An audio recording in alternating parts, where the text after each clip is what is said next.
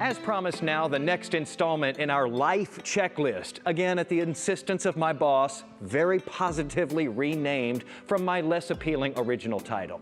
This list is meant to make sure that we are ready for the end of life. And this time we are talking about life insurance. The latest numbers show that about 52% of Americans have life insurance coverage. That percentage, though, was at a decade low.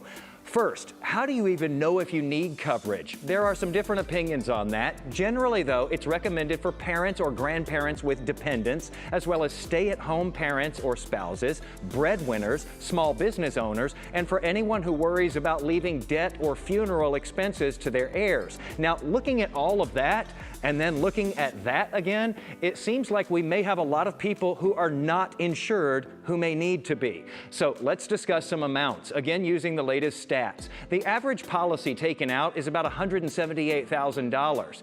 Is that enough? For some people, it may be more than enough. For many, though, probably not. The guidance says you may need up to 10 times your annual salary, or even more than that if you have young children.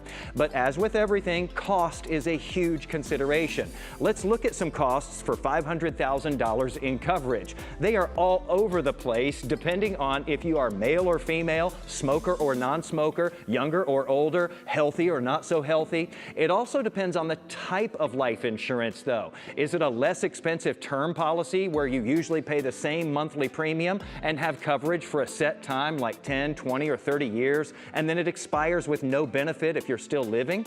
Is it universal life where you can build cash value, but your premiums can go up significantly with age? Or is it whole life where it'll cover you for your whole life and has cash value that you can dip into, but it's usually the most expensive? There are so many options. So I'm explaining them more, and I'm linking you to a cost calculator in my latest article posted at Jason Wheeler TV on Facebook and Twitter. Whatever you decide to do, tell your family and your beneficiaries about this. A lot of life insurance policies don't get paid, or they go unclaimed because we don't communicate this stuff.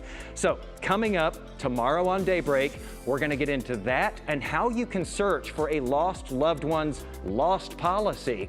In life and in death, let's get right on the money.